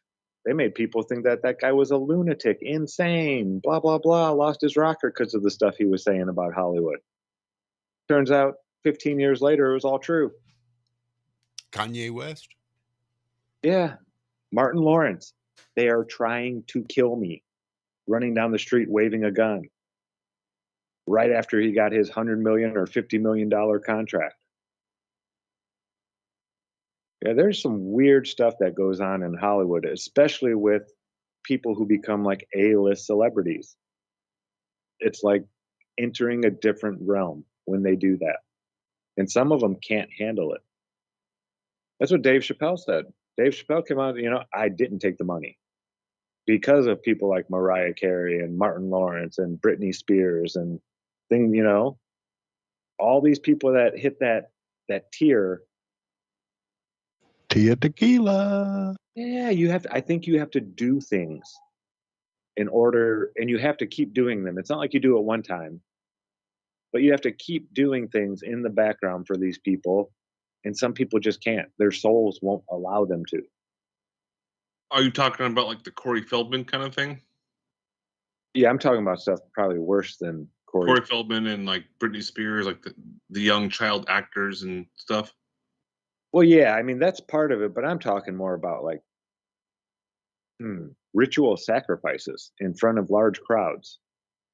Things like, I mean, we're talking deep, demonic, horrible, wicked, evil things that people are told they have to do if they want to get paid $25 million to do their next movie. If you want to be one of these super high A-list celebrities, you're doing something for that. There's a million actors out there. Yes, some are a lot better than others, but I mean, with directing and video editing and this and that and blah, blah, blah, they can make anybody a great actor almost, if they really want to. Yeah, it's fucked. But yeah, we're screwed. That's what a lot of the stories coming out of these places like Hollywood are, is in order to get up to these higher things, things change. You get a handler and, there's all kinds of weird stuff that starts going on, and some people don't go along with it. And they crack. A little re-education will fix them right up, though. Don't worry about it. It's gonna. Yeah, it's crazy. Why you don't accept these things, folks. I think that's how you can be, you just never agree to go along with them. You never take a vow of secrecy for these types of people. You don't accept that. And they can't hurt you once you do it. You're not going to get the 25 million of a flick, right? A job. But you also don't have to go and do horrible, sadistic things to the innocent to obtain these things. Yeah, isn't that was Harvey Weinstein? Isn't that why he got in trouble for? Well, he was more like what's his name? Who started the FBI? J. Edgar. Yeah, J. Edgar Hoover. He learned that, hey, if you get dirt on people, you can pretty much control them. So a lot of the Harvey Weinstein was taking powerful people out to the island, putting them in, compromising situations. Yes, underage, even, just homophobic things that people don't want other people to know about. Anything that you have in your closet that can be used against you, they bring it out there and get it recorded on film. That way, then after it's all done, you had a great weekend, they show it to you and said, no, you're fucked. Yeah, we're going to come to you and tell you what to do, and you're going to do what we say, or we're going to show everybody this. Yeah, I've tried talking to my friends, colleagues, coworkers, and my parents even about how there's like child sacrifice that could be going on. I don't have any definitive proof about it, but most people, they hear it and it's so extreme to the point where they dismiss it like pretty much instantly. Yeah, it's beyond just a child sacrifice here and there. I mean, I don't like talking about this stuff too much. Yeah, I'll shut up. Sorry. No, you're all right. But if you want to see how some people are brought up in the most evil, sadistic, wicked ways, Jaron covered this. Mm-hmm. I don't know if it's still up on his channel. It's called the Hampstead Children, I believe. And it'll make you want to vomit when you hear these children talking. And that's all I'm going to say. I don't want to get into it too bad. I mean, it's hard to even watch this stuff. But yeah, this is why I have so much empathy for these evil, wicked people. Because, yeah, I'm sure there are some people that are just born with their wires crossed or this and that, possibly. But something keeps telling me that everybody is born good. And it's not until, you're influenced in a certain way. Well, it was the, I forget who it was. It was a Jesuit priest who said, give me the first 7 years of a human's life and I will give you a lifelong slave. They know how to program and break down the human psyche and turn it into whatever they want. And they do this with children. Well, that sounds a lot like how what's his name, the Rothschild. I can't remember the name of him. He said, "Let me control a country's monetary system, and I care not who makes the laws." Yeah. Oh, yeah. Yeah. They know who controls the money, controls the world. Yeah. That's why you don't see Rothschilds in politics. We are about to head into a commercial, ladies and gentlemen. Oh, yes, we are. It is getting that close.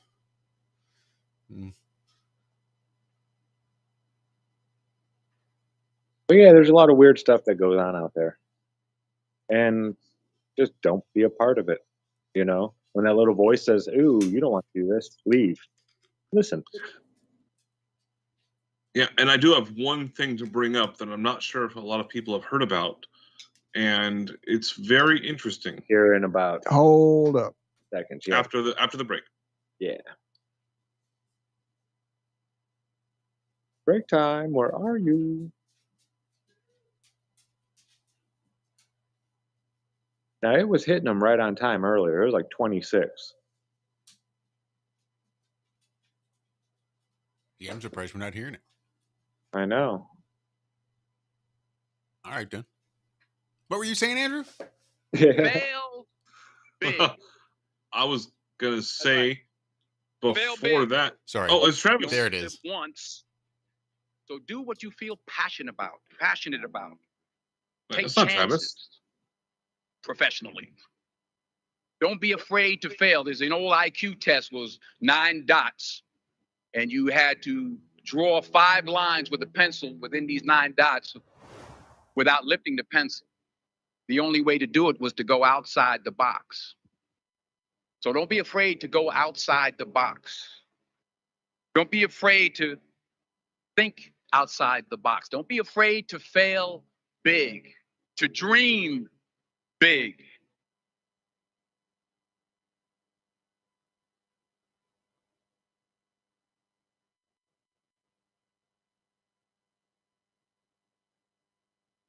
From the dawn of man, we have turned to nature to help attain balance within ourselves.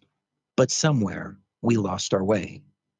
Western culture is once again remembering the healing benefits of CBD, the non-psychoactive component of the hemp plant. That's why more and more people who use CBD report relief from inflammation and chronic pain, balanced blood sugar and cardiovascular system, relief from muscle tensions, tremors, migraines, headaches, anxiety, depression, and the list goes on. The big question is, where do you get it? iLife is a 99% pure CBD oil made with all organic ingredients, and it's available to TFR listeners worldwide. If you use coupon code TFR at checkout, you'll get $5 towards your order. Head on over to ialife.com now. That's AYA life.com.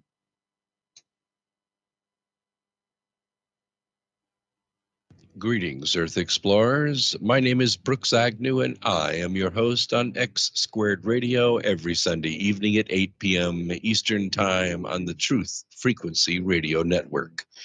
This is where the past meets the future. We explore the mysteries of the universe and of the Earth. We might go a little past your imagination, but have no fear. You will be safely traveling with us. We will dissolve the propaganda of dangerous people with dangerous plans for the planet. We will discuss the latest technologies and challenges for humankind. We will discover the safest place for you to stand when the thinkings and doings of mankind come flying apart, and how you can be one of the people that helps put it back together. Join us.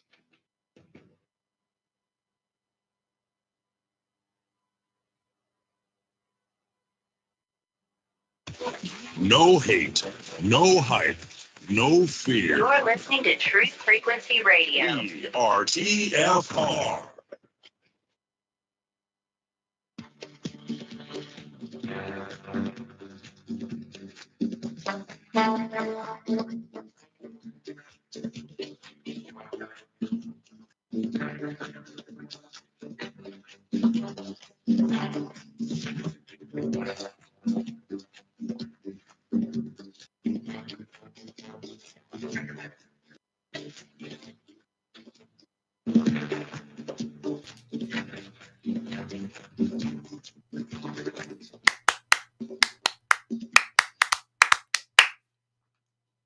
Come on, who else was clapping?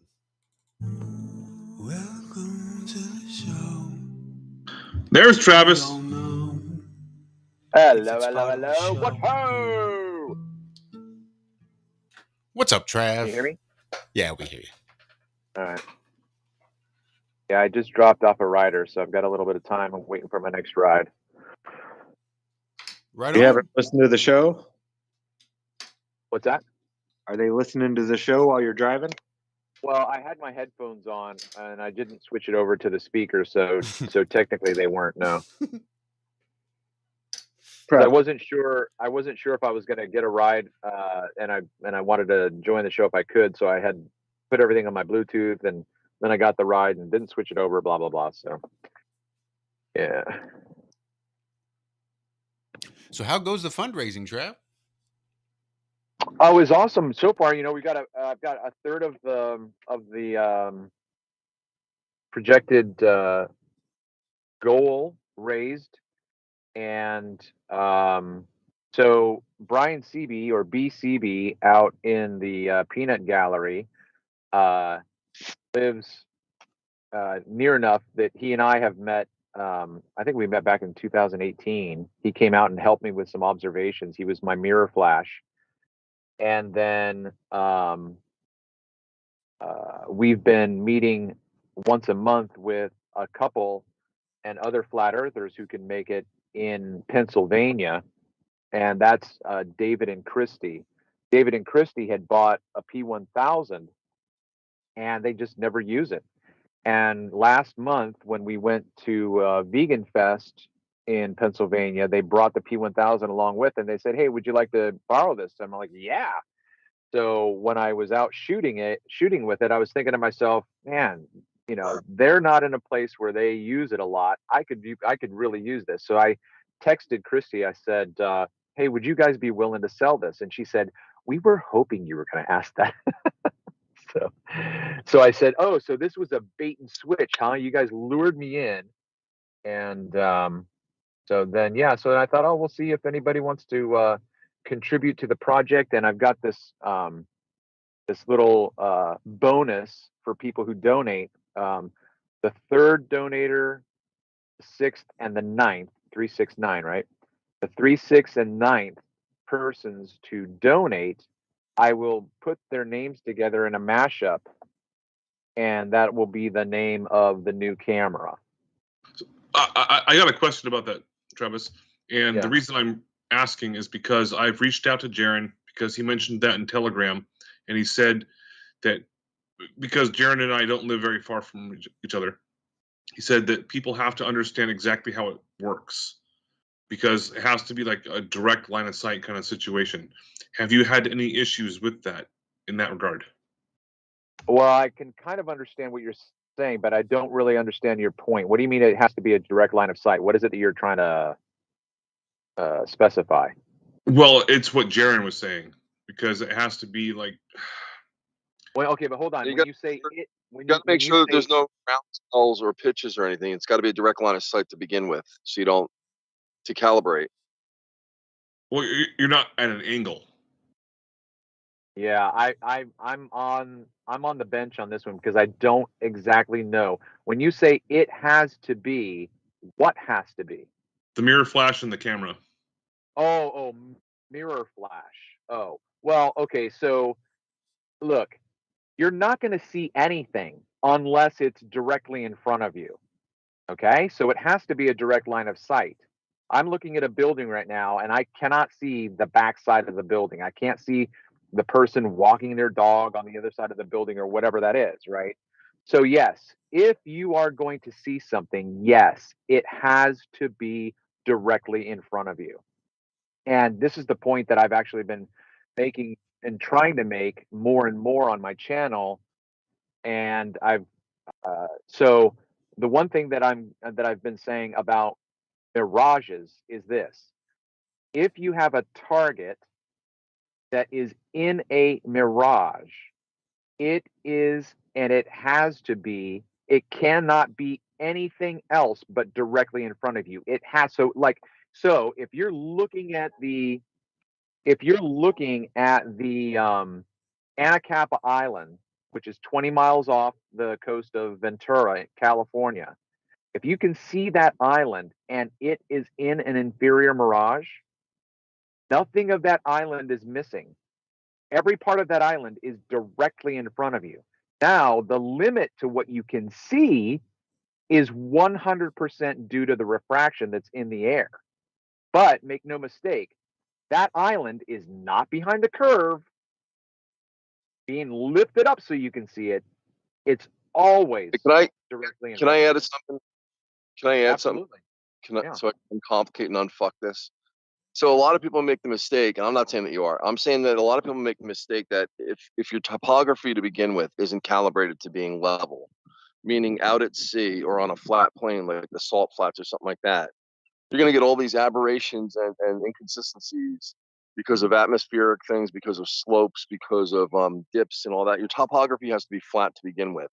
And what you're measuring in order to measure the curve is over the distance of a flat plane, right? If you're in a place where there's hills and valleys, or if you're starting on an elevation, let's say at 500 feet, and saying, "Oh, I'm going to measure out to the horizon," right? Because the horizon always, rises to correctly. Creating anomalies. Next, applying the flattest plane possible. That's why a shoreline is perfect, aiming out over the water, because that's all you have is flat at that point. Eliminated all the land formations. What happened? That movie, or whatever. Someone has a lot of wind. That's me. I'm sorry. I got to go on mute. Sorry. Yeah, whenever you're measuring across that distance, if you have any kind of slope or any kind of rise or hill or anything like that, it's going to throw out all your calculations. That's not what you're measuring for. That's where a lot of people make mistakes. They're like, well, what about this? What about, when they say, well, what about the curve I saw? No, because you were measuring over a curve. You were in a place where there was a valley or a hump or something like that. So whenever you're going to measure over the distance, you want to actually show that distance as having no curve, right? You want to make it as flat as possible. So a good, you go out in the Midwest or something, maybe out in like Nebraska or something like that, something that's already flat, or Iowa, you want to measure that because it's perfectly flat. It has to be, right? That's all there is. The water is the perfect example. When we had, what's his name? Sean, the Navy missile guy, you're out at sea. Like, what else is there, right? Water doesn't curve like that on that plane. It can't. But here's the problem, though. If he's measuring out in the middle of the sea where there's swells, right? If there's a storm condition, now you can have swells that are like 20, 30 feet, right? You can get tossed about. And if you're on a aircraft or like a Navy carrier, what do you call an aircraft carrier or something like that? You know what I'm saying? You're gonna throw problems into the calculations to begin with. Your calibration has to be zero, dead zero. So that's why shoreline with this camera out at the edge of the horizon is the perfect condition. Is that correct or not correct? I think you're partially and mostly correct, but when you're considering, I'm go ahead. I'm sorry. Let me answer just real quick because I'm gonna have to go on mute because I'm picking up a rider real quick. But yeah, for the most part, yes, you're correct. You're looking over the plane of the water that just extends farther and farther and farther and farther away from you. Now, there's going to be a limit, and I just did a live stream last night where a baller came in and I was asking him questions, and I showed him a picture of Lake Michigan with a boat on it, and I said to him, why do we not see any more water? You see where the water stops and the sky starts? And he says, yeah. I said, why don't we see any more water? He said, that's curvature. Okay. So everything for them is curvature. Whenever you see a limit to what you can see, it has to be because the earth is curving at that point. But for the most part, Jonathan, yeah, you're right. But I got to go on mute.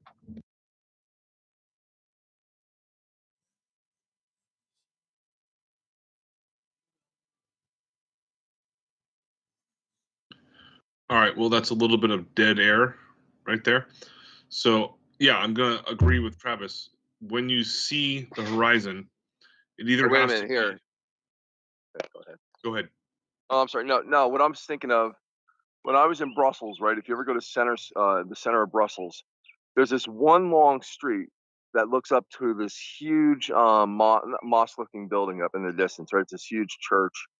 As you're looking at it, because it goes up a slope, the heat of the summer heat makes it look like a mirage. The street literally disappears, so it looks like it's floating in heaven. But realistically, I mean, all it is an optical illusion because of like I said, the land formation and stuff like that. Now, if you were looking at this thing straight out, you know what I'm saying, that you know it's level. So you know it's not level to begin with because you're down in a depression in the center of town.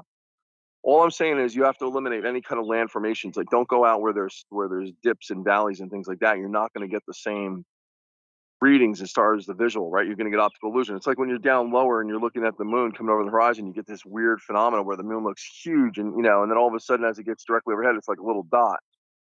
So, like when you're doing things with your camera, all I'm saying is calibrate to absolute zero.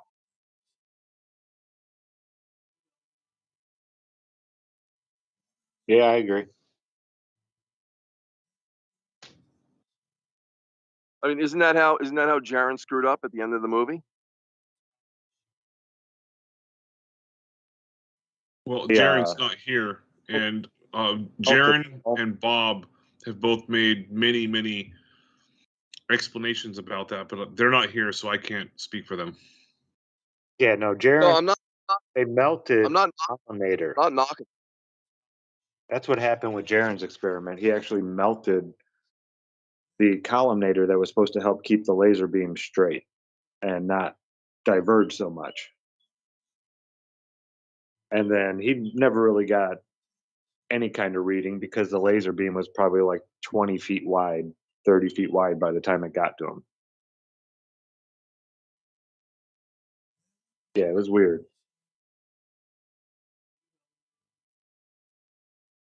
But we've learned since then. I mean, lasers are nice and all, but when you're talking about miles and miles and miles, yeah, that beam gets really big. Even at the warehouse, at only 460 feet, I had it wasn't a super strong laser. I think it was 2 megawatts. And it was like 8 inches at like 460 feet away.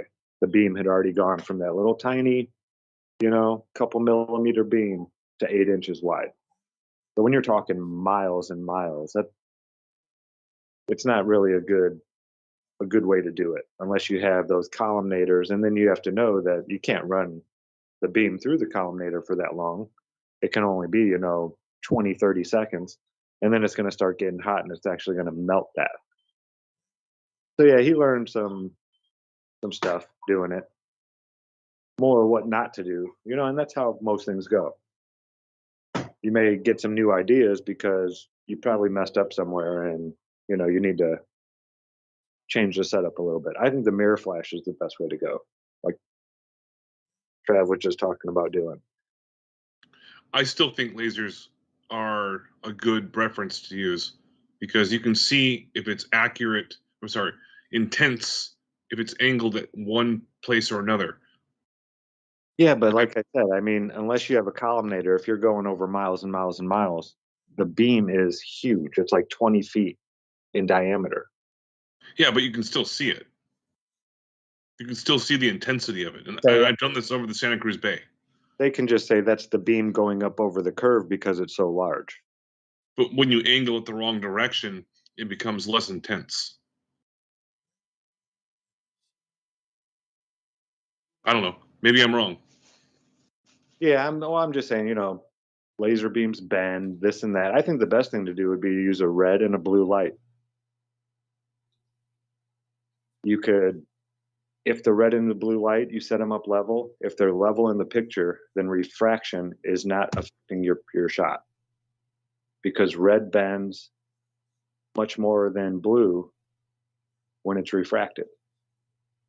Especially over miles, you should be able to see that difference. Even Wait, say that again?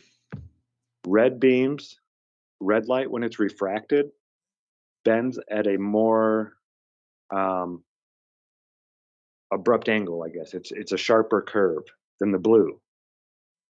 Or actually, it's the blue that curves, and the red. No. It is the red. The red will curve the most when it's refracted, and the blue That's will. why there's red shift, but not that we know that that's real, of course, because of the stars. But yeah, refraction. Each color refracts at a different amount. So red and blue are at the ends of our spectrum. So if you put a red and blue light out there, the red light should be lower than the blue light if refraction is taking place and actually affecting what you're seeing. So when I was buying or researching which laser to buy, I bought a pretty strong laser, and everyone online was telling me to buy a blue spectrum laser because they're the most powerful. And then there was the green laser ones. I didn't even have an option for a red laser. Well, red light travels the furthest. And you can get like the little, go to the pet store and get the little mouse-shaped laser pointer for the dog to chase. That's a red laser. Right, but they weren't even giving me the option for like a high-powered laser. It was green and blue. That was it. Well, it's because red isn't going to be that high-powered. My brother works construction for one of the largest construction firms in New Jersey. And one time he brought home this, super duper laser they use on the sites. And he said something like, "Oh, it's regulated and everything as far as because we were shooting it down the street at a street sign. Like, and when I say down a street, I mean down a long ass street, right? This thing was so powerful when it hit that sign, it looked like what's that a movie about Mars Attacks or something like that. It looked like there was a UFO down the street blasting somebody's house when it was hitting all the metal. So then I got the stupid idea in my head, right? Because I'm an idiot. I'm Jonathan from Jersey. I'm like, hey, the planes that come to are always taking the same path. Why don't we see if we can hit one? Right? So we lined up, and this thing had a heavy duty tripod and everything. We're aiming it at the sky on the flight path, and sure enough, when one of the planes would come into contact with it, that thing would spark in the sky like a bright UFO. And we only did it once because about an hour later, helicopters started coming over the house and over the area because that's reportable, right? Oh yeah. But let me tell you something. That thing, as far as the power of it, and it's it didn't deviate and it didn't break its beam at all. And we were having other fun too, like shooting it into people's houses, through their curtains, make them think that there was a sniper on them and stuff. But anyway, that's when we were stupid. Well, when I was stupid. But go ahead. Oh yeah, and the military has they say they have a 2-inch pencil beam laser that can pinpoint a ship 50 miles away and further. So yeah, they're out. Well, do you remember lasers, but I'm sorry, go ahead. Would be insane. Do you remember what I said to Sean, the Navy missile guy, when we talked about that, about how you're going to stop it from dispersing? And it's you need to use a carrier wave, so it doesn't spread. But that's a whole other subject. You're talking about just off the shelf kind of things. You should check out. I think it's called Scientific. I'll find the company name, but there is a company that sells high grade military grade stuff to the public. I don't know what your budget is.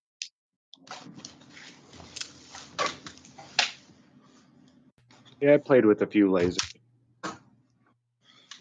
Yeah, I just got So my it laser. seems like from just things over the years we've all tried and done, and everything has been attempted, to me anyway, except early on somebody, and for some reason my head keeps going back to regular guy named Steven, the hollow earth guy, and it was some kind of device on the beach, and you set it up and it was no way it could bend or curve or be refracted or blah blah blah, rectilinear something another. What is it? That was the only invented. That was awesome. Lord Stephen Christ would talk about the Right, regular guy named Steven, that's the one I'm talking about, right? And yeah, his whole idea. And has anyone ever attempted it? Has anyone ever done this yet to make this thing? I can't remember what it is. Is that what it's called? Rectilinear? I'm trying to look that up, and all I keep getting are little devices, not a Can I tell you something about structure. I used to have conversations with that guy. The guy was a genius, but he was also a bit crazy, right? That's the line you walk at that level. Well, Absolutely. there were things that he talked about that made so much sense, and I said to Mark, Absolutely. Oh, I went down that hole a bit back in the day. Yes, sir. Go I ahead. said to Mark, I said, look, his cosmology might be off. He believes in the hollow earth and all this other stuff, but this thing that you're talking about on the beach, I said, this makes too much sense, Mark. And I'd like, let's have. And so Mark wouldn't entertain the guy because he was the guy that he was, and it didn't follow our program. But when we would talk off air, he was like, I'm telling you, he understood geometry in a different way, and not for nothing. I think he was a paid or informant or something. I did some research on him, and I did like an overview of where he was living. It didn't align with what he said or who he said he was. There were all these things in his past that looked like he was being funded. It just didn't line up, man. Righto. Well, he definitely disappeared, or at least as far as we know, he disappeared. I saw him months ago pop up and do a couple videos, but I haven't seen anything since. Doing my Flat Earth Today searches on YouTube, he popped up and did one, maybe two videos. It was a few months back, but I haven't heard from him again since. I'm not sure.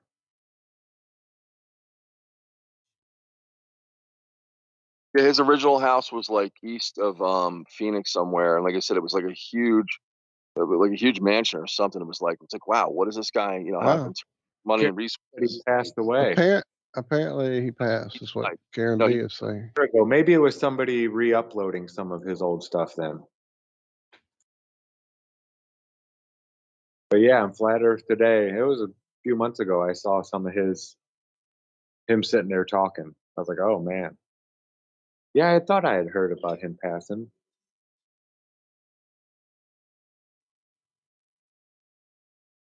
Big shout out to Miss Gatsby in chat. It's funny. I used one of his openings. He had this opening on some video and stuff, and I incorporated it into something for Mark at the beginning of his show at one time. And actually, he says to me, Lord Stephen Christ, that's what he went by, right? He says to me, he goes, I really appreciated what you did with my work. I said, oh, I'm sorry I didn't ask for permission.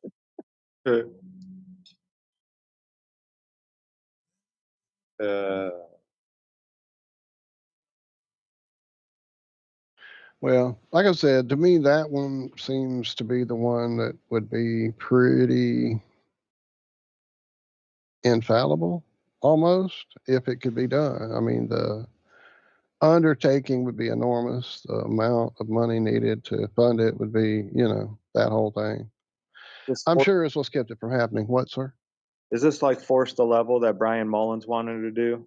Kind of the same idea. Absolutely. I was trying to remember. It wasn't Mullins somehow connected to the idea, but I never got back to it. I got sidetracked. Would be to do that though. How expensive it would be. Exactly. That's kind of beams is one thing, but connecting beams to line up perfectly at the exact same angle and this and that, it would. I don't think Force Hey, Level can I had jump in anything to do with beams. It had to do with using some like levels and a whole bunch of beam, like boards that were put in the ground that were perpendicular over a long, like 2 miles or something. Yeah. I'd have to go back and watch it again. Hey, just real quick, wasn't Mitchell from Australia thinking about doing the same thing with a line across as much of a beach stretch that he could, because then he was figuring that at some point in the middle of the stretch, the earth would push up into the line. Yeah, they found though that you can't pull any. They're always going to sag. I mean, when you're talking about miles long, you're gonna get a sag in the middle. There's no line. Yep. There's no device that can wench it, to pull it 100%.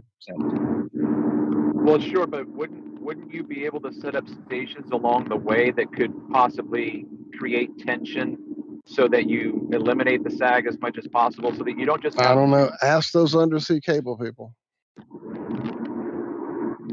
Well, I thought that undersea cables just rested on the floor. Are you saying that they just hover in the middle of the ocean? Not at all. That's kind of the point. If it could be done, they would have done it. It's going to be physically not doable. That's the idea of the rectilinear thing being not saggable, non-sagging. There's a word there somewhere. We're almost out of here. TAUGHT taut. I think they would have them floating in the middle of the ocean, like mid-level if they could, because they could use a whole hell of a lot less cable rather than having to follow the contour of the bottom of the ocean the whole way. They could probably use a third less cable if they could just pull it tight enough to run it through the middle. Yeah, it's a really tricky subject to get into because of how taut something can be based on how strong like a fishing line can be. And before this ends, Karen joined in pretty late, but she is here now. And I'm going to tell you, Karen, I've already booked my hotel room and bought my ticket. I just haven't booked my flight yet. Vegas. Yeah, I cannot wait. I just want to say that Journey is buying a ticket and everything next week. So yeah, the first 100 are already gone, but tickets still, if you buy them today, will be cheaper than if you buy them at the door. They're going to get, a little more expensive the closer we get to the event as we go. I can't wait. This is going to be awesome. All right, everybody, we are out of here. We thank you guys for hanging out this morning. Thank you so much, Jonathan. Thank you so much for hanging out with us, Andrew. Thank you so much for coming over here and hanging out, Travis. You guys, we will see you all Friday morning. Absolutely. Love you guys. Thanks for hanging out. All you lovely folks there in chat, all you lovely folks after the fact. Always a pleasure. Be sure you come hang out with us on Friday morning for more of this nonsense. And who knows what the hell else on Friday mornings. Ironworx right here, truthfrequencyradio.com, TFRlive.com. Until then, be good, be well. We love you. Bye-bye.